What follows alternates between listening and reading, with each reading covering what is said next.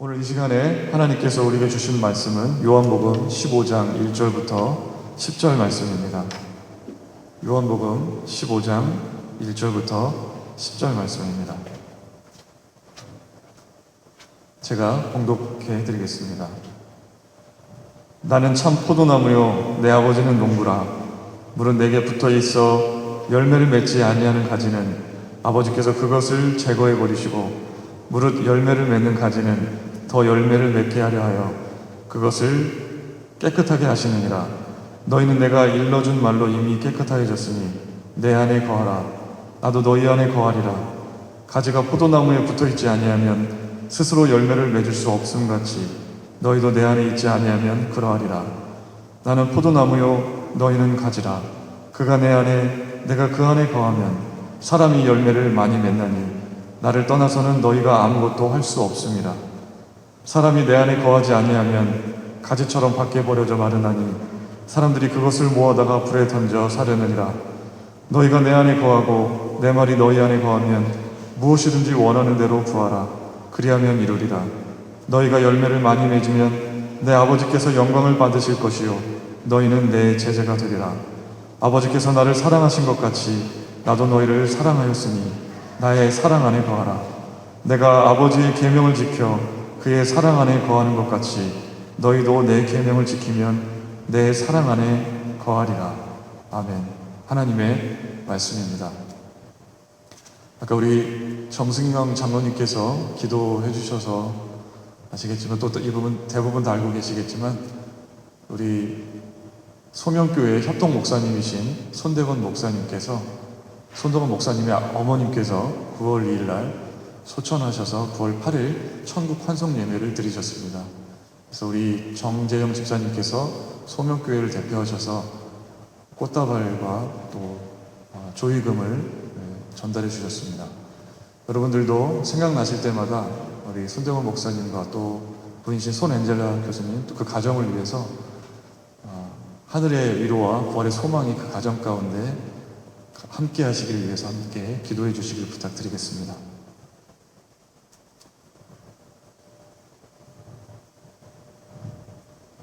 참된 신앙은 우리의 어떤 노력이나 열심보다도 예수님과의 올바른 관계라고 할 수 있습니다.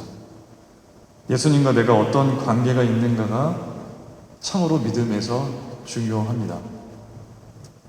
사실 이 관계에서 신앙생활의 모든 것들이 사역이든지 또 봉사라든지 섬김이라든지 우리가 살아가는 모든 일상의 모든 것들이 사실은 예수님과의 이런 관계 속에서 모든 것이 출발해야 됩니다.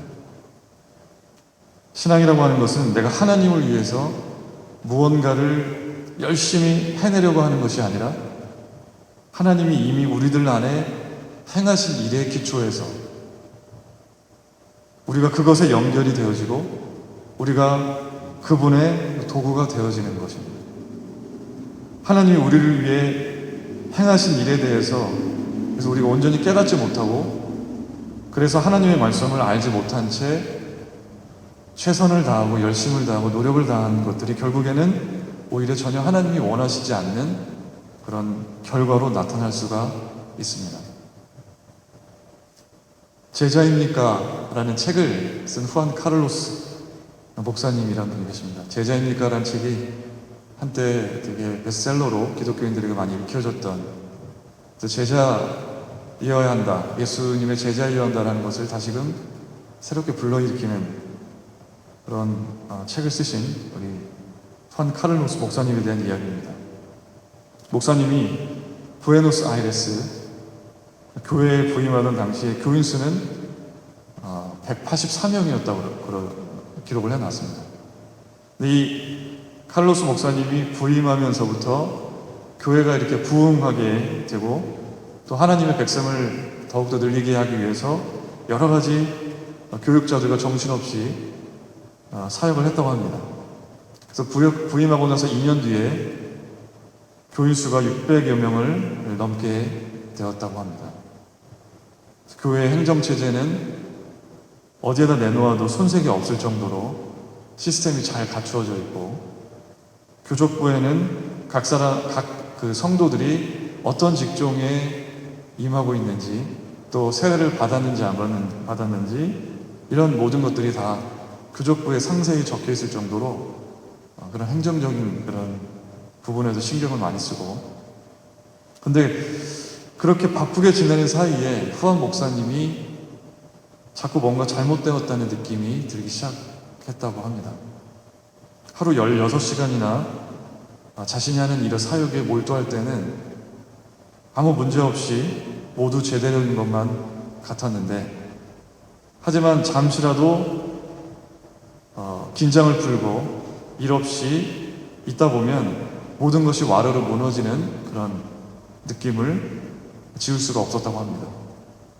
뚜렷한 해결책은 없어 보이고 자꾸 모든 것이 와르르 무너지는 그런 생각이 자꾸만 들면서 후안 카를로스 목사님이 너무나도 괴로운 나머지 당회에다가 얘기를 해서 자기가 잠시 기도원을 갔다 오겠다고 하고 그렇게 시간을 내었습니다.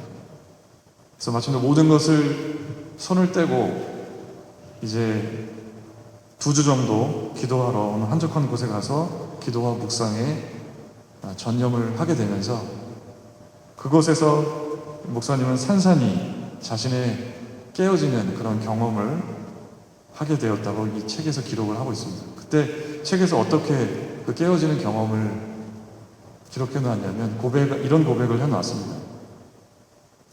그때 성령께서 나를 깨트리기 시작했다. 그분의 첫 말씀은 이것이었다. 너는 코카콜라 회사가 코카콜라를 파는 것과 똑같은 방식으로, 리더스 다이제스트사가 잡지와 책을 파는 것과 똑같은 방법으로 복음을 전하고 있다. 학교에서 배운 술수만 쓰고 있을 뿐 내가 하는 일에는 나의 손길이 전혀 드러나질 않는다. 2주 동안 하나님 앞에 매달리면서 자신이 그 와르르 무너지는 것 같은 느낌을, 그리고 괴로운 그 마음 때문에 하나님 앞에 간절히 기도했는데 하나님이 이런 응답을 주셨다고 하는 거죠. 하나님이 교회가 크게 성장이 되고 또 여러 가지 자기 교회 건물을 소유하고 행정 시스템을 잘 갖추고 어린아이들도 같이 올 수 있는 그런 교육 시스템도 잘 갖추고 그 겉모습은 그렇게 부은 것처럼 보여도 때로는 물론 그것이 하나님의 놀라우신 역사라고 볼 수 있습니다. 그러나 양적인 성장만을 이 카를로스 목사님이 추구해온 나머지 자신이 정말 놓친 것이 무엇인가를 크게 발견하게 된 거죠. 하나님이 주시는 말씀으로. 하나님이 주신 그런 뜻과 연결이 되지 못하고 하나님과의 분명한 관계 안에서 멀어져서 열심만을 가지고 노력만 할 때 나타날 수 있는 그런 안타까운 그런 모습들을 고백하고 있는 것이죠. 우리가 신앙을 가지고 행하는 모든 일들에서 생각해야 될 건 뭐냐면, 겉으로 나타나는 그런 결과보다도 이것이 과연 우리가 행하는 모든 것들이 하나님과 확실히 연결되어 있는가, 그리고 우리가 주님 안에 거하면서 주님이 바라시는 그런 사역에 순종하면서 가고 있는가, 아니면 그런 것과는 전혀 연결되지 못한 채 단절된 채 내 욕심에 어린 그런 열심과 섬김으로만 이 모든 일들이 가고 있는가를 생각해 봐야 한다는 겁니다. 오늘 우리가 잘 알고 있는 포도나무에 대한 말씀을 예수님께서 하실 때에 예수님은 열매에 대한 말씀을 많이 하시기 때문에 우리가 열매 맺는 것에 대해서만 집중하기가 쉽습니다. 그런데 사실은 열매 맺는 것에 앞서서 우리가 예수님과 하나님과 어떤 관계에 있는가에 대해서 예수님이 관계에 대한 부분, 아내, 그리스도 안에, 내 안에, 이런 아내라는 전치사를 많이 쓰시거든요. 이 안에 있는 이런 관계에 대해서 이 포도나무 비유를 통해서 많이 설명하고 계시는 것을 우리가 중요하게 볼 필요가 있다는 것입니다. 그래서 우리가 열매를, 겉으로 보이게 많은 열매를 맺고 안 맺고, 많이 맺었기 때문에 칭찬받고 많이 맺지 않았기 때문에 정죄받고 심판받아야 된다는 메시지를 받아들이기보다 우리 안에 과연 우리가 과연 하나님과 연결되어 있는가, 우리가 그리스도 안에 연결되어 있는가, 이걸 점검해 보면서 이 본문을 볼 필요가 있다는 것입니다. 1절에서 하나님 아버지는 농부이시고 예수님은 참 포도나무시다. 그리고 우리는 그 가지라고 그 뒤에 또 성경 구절에서 우리가 하나님과 맺는 관계, 우리가 예수님과 맺는 관계에 대해서 예수님께서 분명하게 말씀하고 있습니다. 또 2절에서 말씀하시기를 포도나무이신 예수님에게 붙어 있어도 열매를 맺지 못하는 가지는 아버지께서 제거해 버리신다. 그렇지만 열매를 많이 맺는 가지는 더 열매를 많이 맺게 하시기 위해서 더 깨끗하게 정리하게 하신다라고 말씀을 이어서 하고 계십니다. 사실 이 말씀은 아까도 말씀을 드렸지만 어떤 두 부류의 사람들을 극단적으로 나타내기 위해서 열매를 맺지 못하는 가지를 사람에게 대입해서 열매를 맺지 못하는 사람, 봉사하지 못하거나 섬기지 못하거나 교회만 들락날락거리고 전혀 세상에서 예수님의 가르침대로 살아가지 못할 것 같은 그런 사람들을 지목해서 이 사람들을 제거해버리시는 심판의 메시지로 듣는 것은 본문의 이야기를 너무 우리가 극단적으로 해석하게 되는 것이고요. 그것보다 이 이야기는 포도나무를 돌보는 일에 대한 특성에 맞추어서 이야기를 볼 필요가 있습니다. 포도나무는 저도 잘 몰랐지만 포도나무를 조사해 보니까 이 세계에서 가장 광범위하게 재배되는 과일 중에 하나가 포도래요.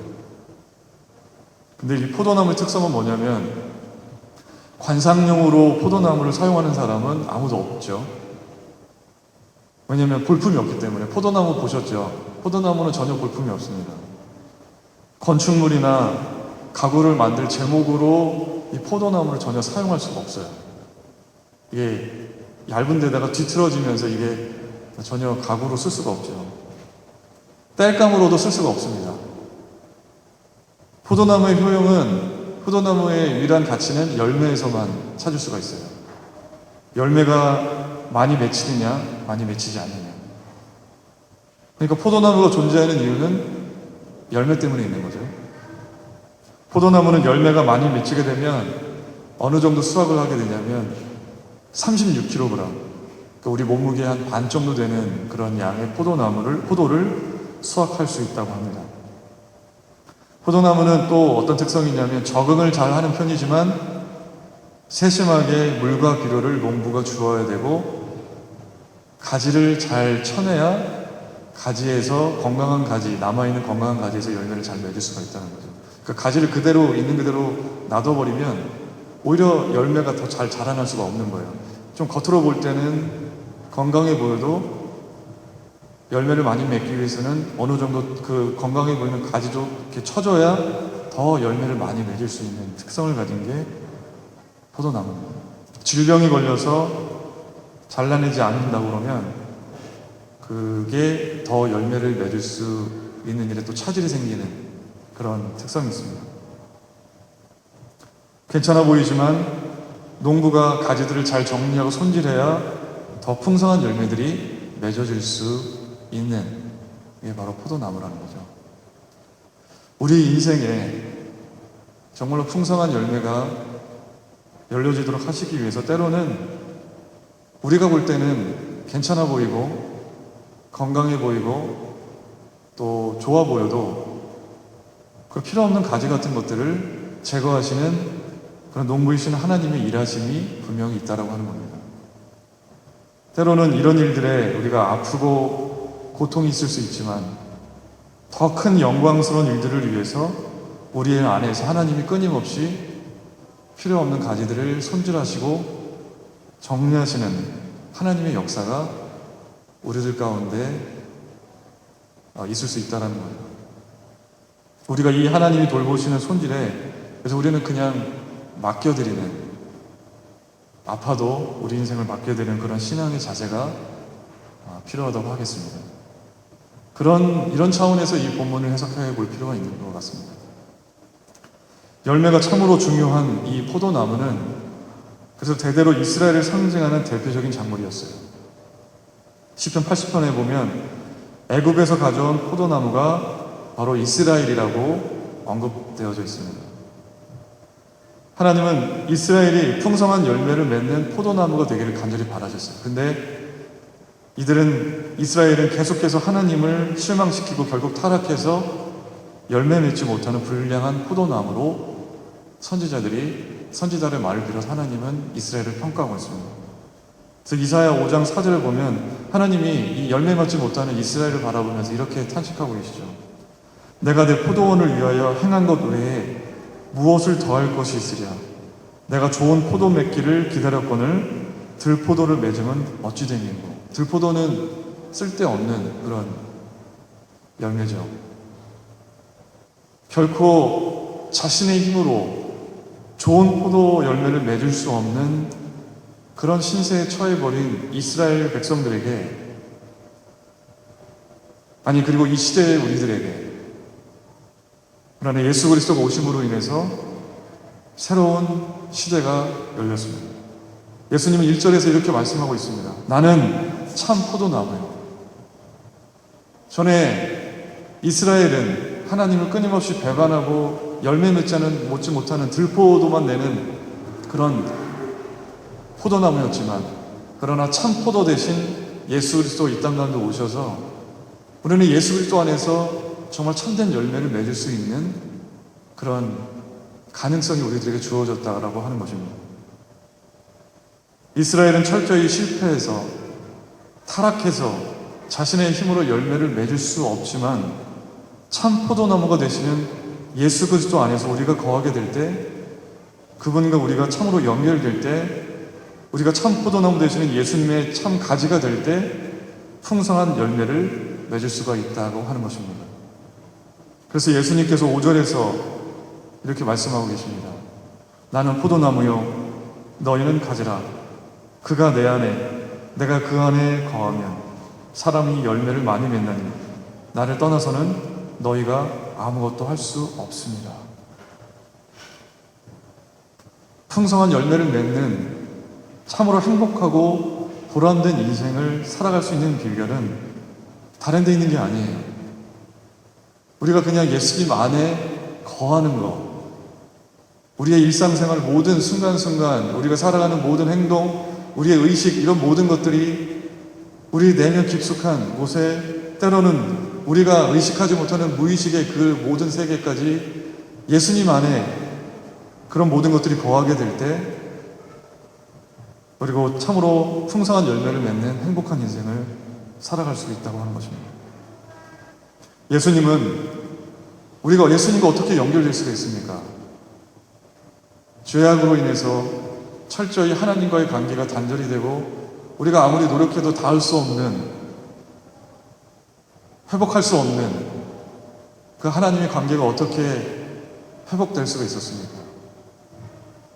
예수님께서 십자가에 달려 죽으심으로 결코 포도나무에 접붙임 받을 수 없는 그런 신세였던 우리였지만, 예수님이 십자가에 달려 죽으심으로 우리가 예수님을 믿기만 하면, 예수님이 우리의 죄를 씻으시고 우리가 그분 안에, 그분을 온전히 우리의 구주로 영접하게 될 때 우리가 예수님 안에 접붙임 될 수 있는 길을 열어놓으신 것, 그게 바로 예수님이 우리를 향해서 해놓으신 놀라운 구원의 역사가 아닙니까? 우리가 예수님을 진정한 우리의 구세주로, 나를 위해 십자가에 달리신 그분을 우리의 주님으로 모시고 살아갈 수 있도록, 그래서 그분 안에서 생명을 얻고 열매를 맺으면서 살아갈 수 있도록 예수님이 길을 활짝 열어 놓으셨다고 하시는 것입니다. 우리가 예수님 안에 거한다고 하는 것은 사실 추상적인 그런 것이기 때문에 좀 더 설명이 필요합니다. 오늘 본문에서 특별히 예수님은 예수님 안에 거한다는 것을 두 가지로 말씀하고 계십니다. 첫 번째는 예수님 안에 거한다는 것은 예수님의 말씀 안에 거하는 것입니다. 7절 말씀에 너희가 내 안에 거하고 내 말이 너희 안에 거하며, 이렇게 되어 있습니다. 그 이후에 말씀이 있지만, 내 말이 너희 안에 거하면 이라는 말씀에 앞서서 너희가 내 안에 거하며, 거하고자 하면, 내 안에 거하고라는 말이 먼저 나오죠. 우리가 주님 안에 거할 때여야만이, 그러니까 우리가 뭔가 주님의 말씀이 우리들에게 온전히 들려질 수 있도록 우리가 들을 수 있는 귀가 있고 있을 때 하나님의 말씀이 우리들 가운데 거할 수가 있다. 우리가 들을 수 있는 귀가 없고 받아들일 수 있는 마음에 밭이 준비가 되어 있지 않다면 그 말씀이 우리들 안에 거할 수가 없다는 거죠. 우리가 주님 안에 거하게 된 그 들을 수 있는 귀가 준비가 되어지고 그런 거죠. 아, 주님의 말씀을 내가 한번 믿고 살아가기로 해볼까? 그런 의지, 그런 의식, 그런 믿음이 우리들 가운데 준비되어져 있다면 그 안에서 예수님이 말씀하시고 행함으로써 보여주신 그분의 뜻을 우리가 온전히 깨닫게 되고 이 말씀이 우리 생활의 중요한 기준이 되어지면서 우리가 살아가는 삶의 방식에 영향을 미치게 될 때 그것이 바로 예수님의 말씀이 우리 안에 거하게 된다는 것입니다. 우리가 말씀을 일주일에 한 번 듣잖아요. 아멘으로 받지만 또 때로는 우리가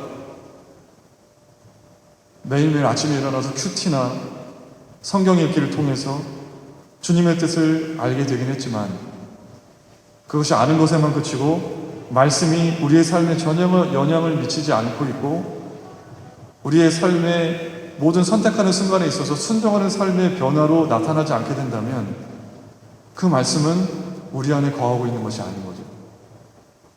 그냥 아는 거죠.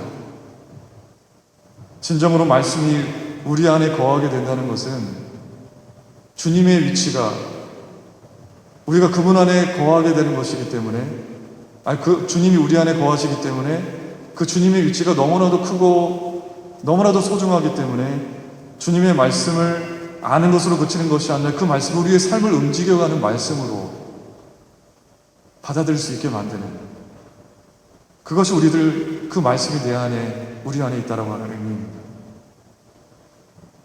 내 뜻이 아니라 내가 하고 싶은 대로 살고 행동하는 것이 아니라 예수님의 말씀이 정말 놀라우신 그 하나님의 말씀이 내가 행동하고 살아가는 분명한 모든 삶의 아주 지극히 작은 것일지라도 아이를 키우는 일부터 시작해서 돈을 벌고 직장에서 동료들과 생활하며 대화하는 모든 일상의 순간에까지 이 말씀이 내가 살아가는 분명한 기준이 되고 나침판이 되어서 말씀에 순종하고 그래서 때로는 가지가 치어지는 것처럼 아프지만 때로는 이게 내가 잘못 치었네 회개하게 되고 속되었던 세상의 유행만을 따랐던 그런 우리의 생각과 의식이 거룩한 것을 꿈꾸는 것으로 변하게 되고 우리의 손과 발이 하나님의 말씀의 도구가 되는 그런 것 이것이 바로 주님의 말씀이 우리 안에 진정으로 거하게 될 때 나타나는 역사라고 하는 것입니다. 우리는 말씀을 알긴 알아도 듣기는 들어도 말씀 안에 오늘 주신 말씀처럼 우리가 내 말이 주님의 말씀이 우리 안에 거하게 하는 그런 것으로 이어지게 하는 데는 소홀한 경우가 많이 있습니다. 그리고 여러분 일주일에 한 번 주님의 말씀을 이렇게 듣는 것으로 우리가 정말 주님의 말씀대로 살아갈 수 있는 것은 너무나 힘든 일입니다. 우리가 끊임없이 주중에 아침에 일어나서 말씀으로 하루를 시작하고 때로는 경건서적을 읽어가면서 주님의 뜻을 구하고 그 뜻이 우리의 삶에 거할 수 있도록 하는 노력들이 그런 열심이 우리들에게 있어야 할 줄 믿습니다. 두 번째, 예수님 안에 거하는 것은 주님의 사랑 안에 거하는 것입니다. 9절 말씀에 예수님께서 이렇게 말씀하셨습니다. 아버지께서 나를 사랑한 것 같이 나도 너희를 사랑하였으니 나의 사랑 안에 거하라. 예수님께서는 너희가 먼저 나의 사랑 안에 거하라고 말씀하지 않으셨어요. 너희가 먼저 나의 사랑 안에 거하라. 그 말씀을 하시기 전에 아버지께서 나를 사랑하신 것처럼 그 아버지의 사랑으로 내가 너희를 사랑하였으니까 그 사랑 안에 거하라고 말씀하셨어요. 그러니까 내가 너희를 사랑하였기 때문에 너희들이 그 사랑 안에 거하라고 하셨지 우리가 먼저 예수님을 사랑하도록 요구하시지 않았고 내가 너희를 사랑하기 때문에 너희도 똑같이 나를 사랑해야 돼. 똑같은 사람을 사랑해야 돼. 라고 말씀하신 게 아니에요. 우리가 예수님을 똑같이 사랑해야 한다고 하신 명령이 아니라 십자가에 자신을 주시기까지 사랑하신 그 사랑, 온 인류를 구원하시기 위해서 낮고 낮은 이 땅 가운데 오신 그 사랑, 죄가 많아서 죽을 수밖에 없는, 절망으로밖에 설명할 수 없고 멸망으로밖에 결론 내릴 수 없는 인생을 위해서 하나님 자신이 이 세상에 오실 정도의 그 크신 사랑 안에 단지 거하라고만 말씀하셨어요. 똑같이 너희들이 나를 사랑해야 돼 라고 말씀하시지 않으셨어요. 내가 아버지가 나를 사랑하신 것처럼 나도 너희를 사랑하니 그 사랑 안에 거하기만 해라.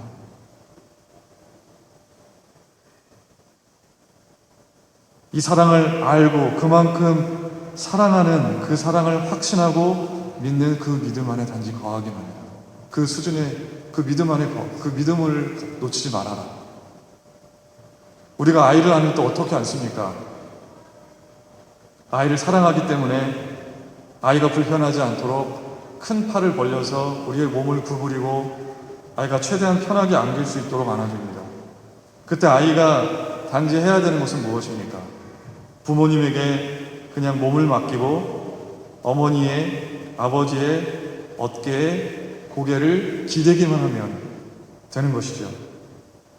예수님이 나의 사랑 안에 거하라고 하는 것은 바로 이와 같은 것입니다. 그렇게 한없이 품어주시는 그 사랑 안에 우리가 그 예수님의 어깨에 고개를 단지 기대기만 하면 되는, 그 깊이를 알 수 없는, 비교할 수 없는 그 사랑에 우리가 단지 고개를 기대기만 하면 되는 것, 그것이 바로 예수님이 우리에게 요구하시는 그런 말씀입니다. 어린아이와 같이 약하고 어리석지만 그 사랑을 신뢰하고 그 품에 늘 거하라고 하신 것, 그것이 오늘 예수님께서 그 사랑 안에 거하라고 하시는 의미입니다. 그 헤아릴 수 없는 사랑의 깊이를 우리가 조금이나마 알게 될 때 비로소 우리도 조금이나마 주님을, 그 엄청난 사랑의 깊이에는 우리가 결코 도달할 수 없지만 주님을 사랑할 수 있는 단계에 이를 수가 있는 것입니다. 우리가 누군가를 진정으로 사랑하게 될 때 나타나는 변화는 어떤 것입니까? 여러분이 지금 가정을 이루고 살아가시지만 여러분이 연애하실 때 어떠셨습니까? 사랑하는 사람의 그냥 있는 것 자체, 존재 자체를 기뻐하게 되고 함께 있는 것이 즐겁게 됩니다. 사랑하는 사람을 슬프게 하고 불안하게 만드는 일을 결코 하고 싶어 하지 않게 됩니다. 사랑하게 됩니다. 사랑하는 사람이 기쁠 수 있는 일이 무엇일까 생각해내고 선물도 주려고 하고 그것을 해내려고 노력합니다. 우리가 주님 안에 사랑 안에 거하게 될 때 우리도 주님을 비로소 미약하지만 사랑하게 되고 이렇게 주님을 기쁘시게 해드리기 위해서 일하게 되고 섬기게 되고 봉사하게 되는 그런 일들이 나타나게 되는 거죠. 그래서 주님을 사랑하기 때문에 주님의 말씀에 순종하게 됩니다. 그래서 주님의 말씀에 순종하는 것과 주님을 사랑하는 것은 함께 가는 겁니다. 주님을 사랑하지 않고 말씀을 따르는 것은 어렵기도 하지만 그것은 율법이 될 수가 있습니다. 그러나 주님을 사랑하기 때문에 기쁘게 해드리기 위해서 말씀을 따를 때는 그것은 정말 따르는 것이 기쁨이 되고 큰 열매가 맺어질 수가 있는 것이죠. 그래서 예수님이 10절에서 이렇게 말씀하고 있습니다. 내가 아버지의 계명을 지켜 그의 사랑 안에 거하는 것 같이 너희도 내 계명을 지키면 내 사랑 안에 거하리라. 주님의 계명을, 주님의 말씀을 지키는 것이 그 사랑 안에 거한다라고 하는 말씀을 하고 있습니다. 우리가 주님 안에 거하게 될 때, 포도나무이신 주님과 온전히 연결이 될 때 우리는 주님의 사랑 안에 거하게 되고 또 그분의 계명을 지키는 것이 우리의 기쁨이 될 수 있습니다. 이럴 때 하나님은 우리를 통하여 열매를 많이 맺으십니다. 우리가 열매를 맺는 것이 아닙니다. 농부 대신 하나님이 열매를 맺으시는 것이지, 우리들이 열매를 어떻게 노력해서 맺는 게 아니라 하나님이 가꾸시고 손질하시고 하심을 통해서 우리를 통해 열매를 맺으시는 것이죠. 우리의 열심과 우리의 노력과 헌신으로 열매를 맺는 것이 아니라 우리가 그분 안에 온전히 거하게 될 때, 그분 안에 있을 때, 그분의 사랑 안에 거할 때, 그분의 말씀 안에 거하게 될 때, 주님과 연결이 되어질 때 우리의 삶이 하나님께서 열매를 아름답게 맺어주시는 것입니다. 여러분, 뉴스를 통해서 한국교회가 얼마나 심각한 상황에 처해 있는지 보셨을 것입니다. 한국교회가 제2의 종교개혁이 필요할 만큼 가장 큰 위기에 직면했습니다. 그동안 한국교회는 성장 중심의 사역에 초점을 맞춰왔습니다. 큰 교회 예배당을 짓고 많은 사람들을 초청하는 전도 집회를 열고 많은 예배와 기도회와 프로그램을 운영하면서 사람들이 어떻게든 교회에 많이 모일 수 있도록 하는 것이 부흥의 열쇠라고 여겼습니다. 하나님은 물론 그것을 통해서 역사하셨고 많은 사람들이 구원받게 하셨습니다.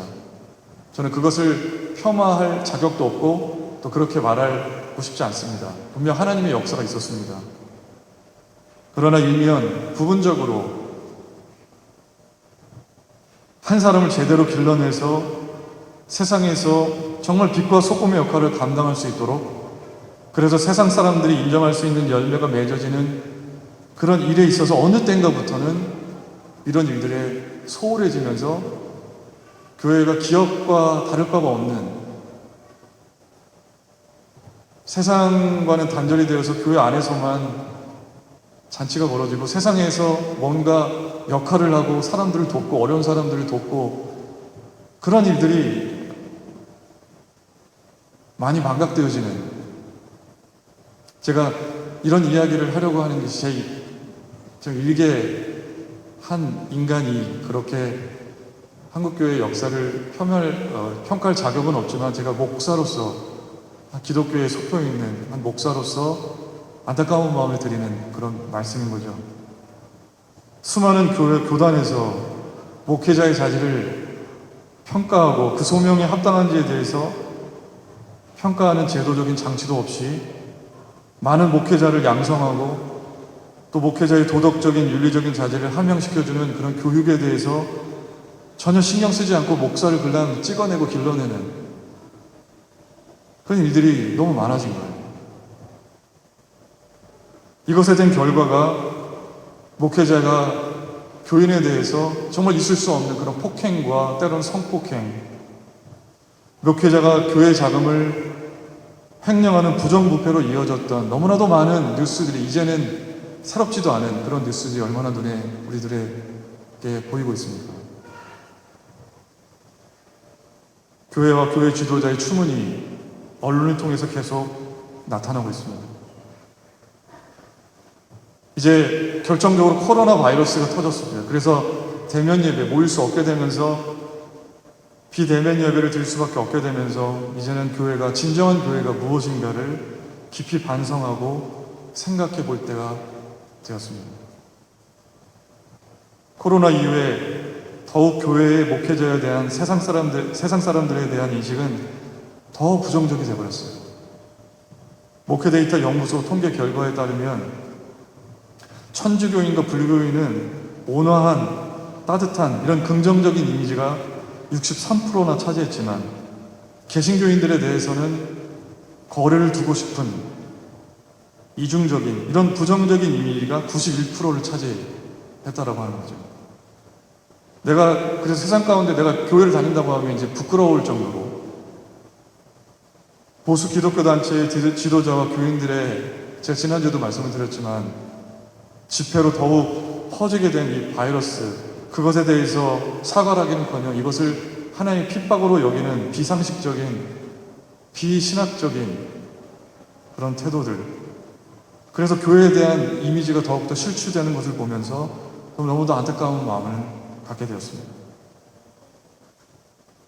그래서 많은 목회자들이 플랜카드로 교회가 잘못했습니다, 이런 문구를 많이 내걸기 시작했다고 하는 거죠.